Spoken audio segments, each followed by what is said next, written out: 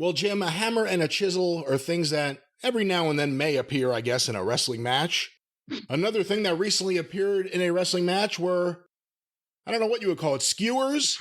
But what led to the image that has now been known as Jon Moxley Noodle Head.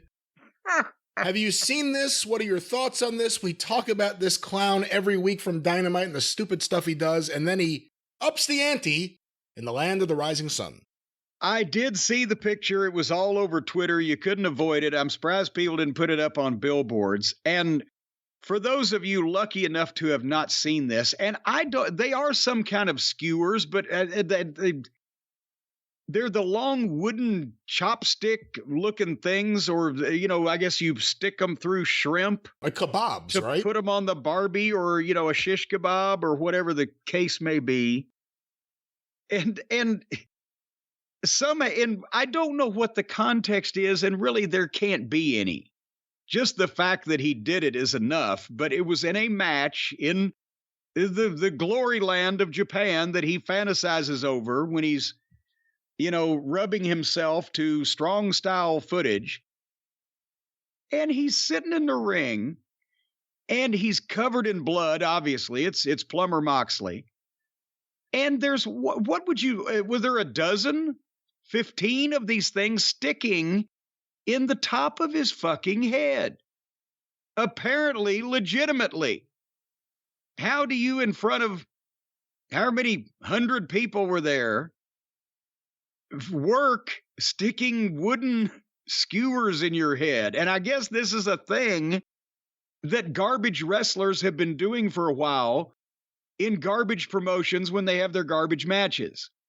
Among the other thing, with the broken glass and the thumbtacks and the fluorescent light tubes and the mouse traps, they also stick wooden skewers in each other's heads and, become a real life version of Zippy the Pinhead. Dope on a stick. He certainly was.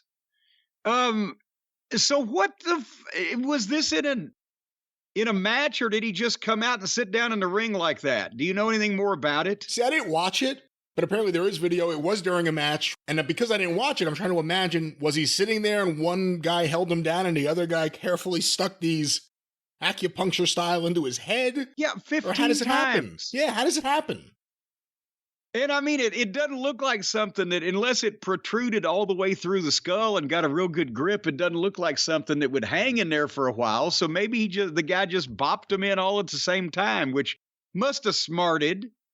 Because this fucking moron is sitting there letting this fucking guy do that.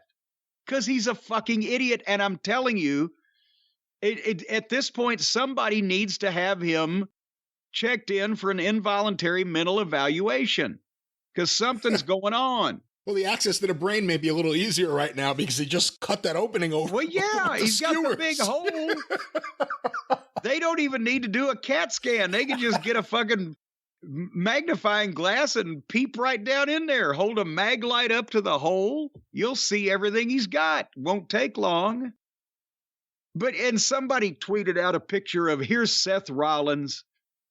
Looks like a fucking pro athlete. Even if he's got a silly gimmick, he's in shape, and he's got great gear. He's got the hair, and he's got a version of the world title in the biggest company in the world.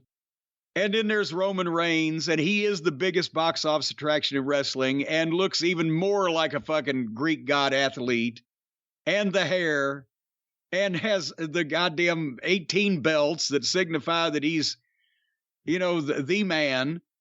And then here's this fucking pale, skinny fat, balding idiot sitting there in a ring in Japan with fucking shish kebabs sticking out of his fucking head.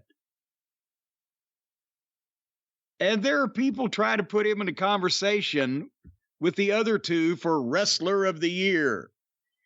Only if you're running a fucking hibachi grill. I bet he'd be tasty if you threw him on the Barbie. He's got so much fat on him, that's supposed to make the thing flavorful, right?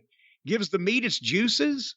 I'm not going to get into cannibalism here, but, we've said it before, the cult of personality is really around Jon Moxley. People are more into what he's portraying than they are the actual work if they pay attention to it. But, you know, it hit me the other day because I see some of the reaction to him from AEW's most devoted, the ones who get upset about everything.